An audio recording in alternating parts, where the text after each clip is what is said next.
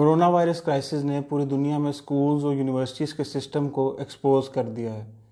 इस क्राइसिस से पहले जब यूनिवर्सिटीज़ और स्कूल से ये पूछा जाता था कि आपकी फ़ीस इतनी ज़्यादा क्यों है, तो वो ये कहते थे कि आप हमारे क्लासरूम्स को देखिए, फैसिलिटीज़ को देखिए, लैब्स को देखिए, एक्स्ट्रा एक्टिविटीज़ को देखिए जो हम अपने इंस्टीट्यूशंस में करवाते हैं, तो इसलिए हमारी फ़ीस जस्टिफाइड है, और लोग इस रीज़न को मान कर चुप हो जाते थे।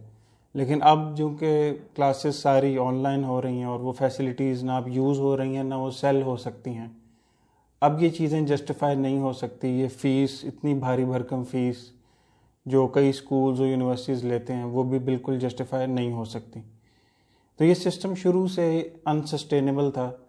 वो इसलिए कि इन इदारों में जो कुछ पढ़ाया जा रहा है उसका इंडस्ट्री से या रियल वर्ल्ड से कोई ताल्लुक़ नहीं, और उसकी फ़ीस जो वो चार्ज कर रहे हैं उसकी रीज़न्स भी बिल्कुल अनजस्टिफाइबल हैं।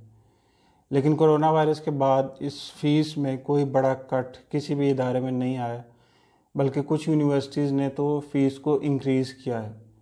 लेकिन बहुत मुश्किल हालात आने वाले दिनों में इन यूनिवर्सिटीज़ के लिए पैदा होंगे, क्योंकि ये सिस्टम शुरू से ही सस्टेनेबल नहीं था।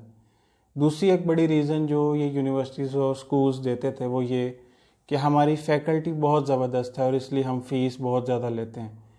लेकिन अब अगर पेरेंट्स जूम पे जब उनके बच्चे की क्लास हो रही हो तो वो जूम पे क्लास पीछे कुर्सी रख के बैठ जाएं और ये देखें कि टीचर्स क्या पढ़ा रहे हैं, तो आपको फील होगा कि टीचर्स मीडियोकर या नॉर्मल लेवल के हैं। वो जो एक बहुत बड़ी फैकल्टी को सेल किया जाता था स्कूल्स और यूनिवर्सिटीज़ की तरफ से, ऐसा कुछ भी नहीं है। एक नॉर्मल टीचर है और अक्सर below average quality of education वो दे रहे होते हैं, उन्हें ख़ुद पता नहीं होता कि वो क्या कॉन्सेप्ट दे रहे हैं। तो इसका मतलब ये है कि 20, 30 या 40 हज़ार रुपया उस स्कूल को देने के बजाय मैं अपने बच्चे को एक ट्यूटर रख के देख सकता हूँ 4, 5 या 6 हज़ार या इवन 2 हज़ार में भी, जो उसी कॉन्सेप्ट को उसी तरह पढ़ा दे या अच्छी क्वालिटी से पढ़ा दे।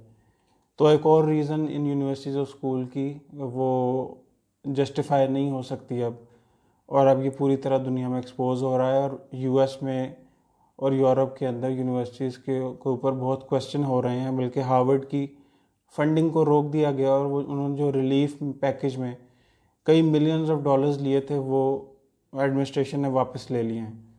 इसी तरह पाकिस्तान में भी आई थिंक ये होगा, और लोग सोचेंगे कि उनकी एजुकेशन जो वो इतने पैसे दे के स्कूल्स और यूनिवर्सिटीज़ में ले रहे हैं उसका कोई फ़ायदा भी है या नहीं। मैं ये नहीं कह रहा कि इन यूनिवर्सिटीज़ को ख़त्म हो जाना चाहिए, लेकिन उन्हें अपनी फ़ीस को जस्टिफाई करना पड़ेगा और अब उन्हें वो पढ़ाना पड़ेगा जिसका कोई फ़ायदा भी हो। रिसर्च के नाम पे या एक्टिविटीज़ के नाम पे वो अब ज़्यादा देर इस अनसस्टेनेबल मॉडल को कंटिन्यू नहीं कर सकते।